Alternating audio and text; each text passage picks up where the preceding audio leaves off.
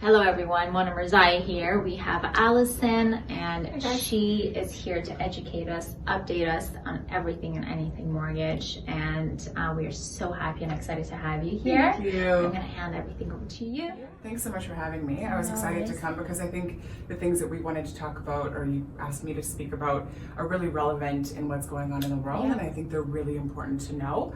So I kind of highlight 4 points that are important to know mid-COVID, and the things that have either gotten more stringent or the things that maybe have changed.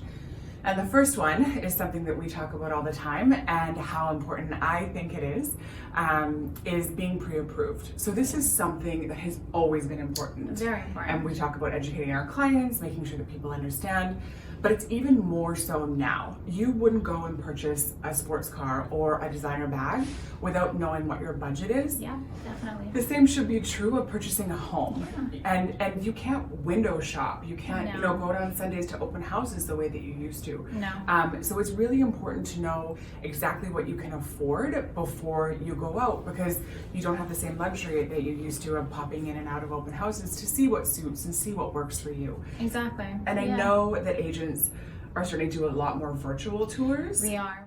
I think that virtual tours and being more specific is kind of going to be the way of the future, even post COVID-19. Yeah. And maybe you can, if you think differently, but I think I completely agree with go. you. I mean, the virtual, it's going to be the new trend, and it saves time. The number 2 kind of leads into that, and that's just doing your due diligence. So making sure you're looking at properties that are in the area that you want to be, have the amenities that are important to you. And again, this is all just a safety feature, so that when you do go down and you know your budget, you know exactly the price property that you want to spend, you're not looking at properties that don't fit your mold, that you're only going and looking at relevant places, right? Of course, definitely. You want to stay focused. You want to narrow down your, what you want, your must-haves, what you're flexible on, and then, what you absolutely do not want. And you don't want to miss out on a property because you haven't been prepared and haven't done your due diligence. I've had so many clients lose out on properties that they want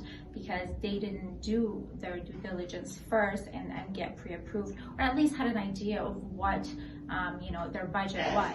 And I think the third thing is lender underwriting. Most lenders have policies in place that they want more documentation up front. They want to make sure, essentially they need to make sure in such an unstable market that you're going to have your job in the 3 to 6 months that it's going to take you to find a place, put an offer in, and get accepted.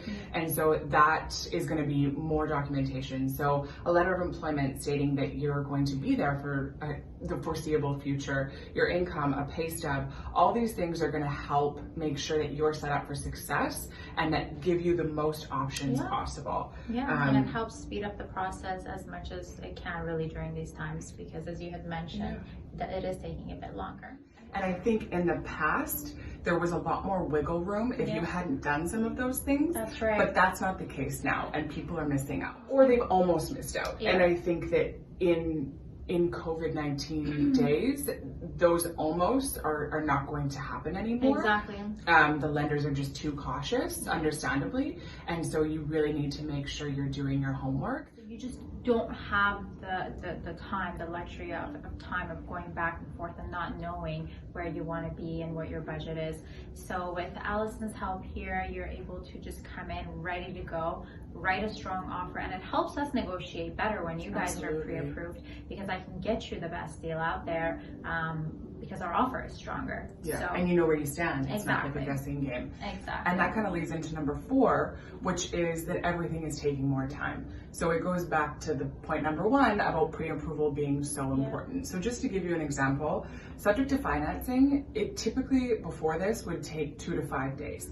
It is taking much longer. And if you think about the rationale why, so if you have a property and you need an appraiser, which a lot of properties do, they need to make sure that they're safe. So they're taking less appointments in a day because their process is taking longer. So it's going to be more time for you to book an appraiser. Mortgages shouldn't be scary. It's an important thing to know, and that's why your mortgage broker is there. They're there to help, and there's no stupid questions. We're here to answer anything and everything, and just to educate you on the process. Yeah, we are here to answer any questions to make this whole process easy and enjoyable and stress-free. Yeah. So thank you for being My here. pleasure, anytime. And thank you guys for watching. Thanks, guys.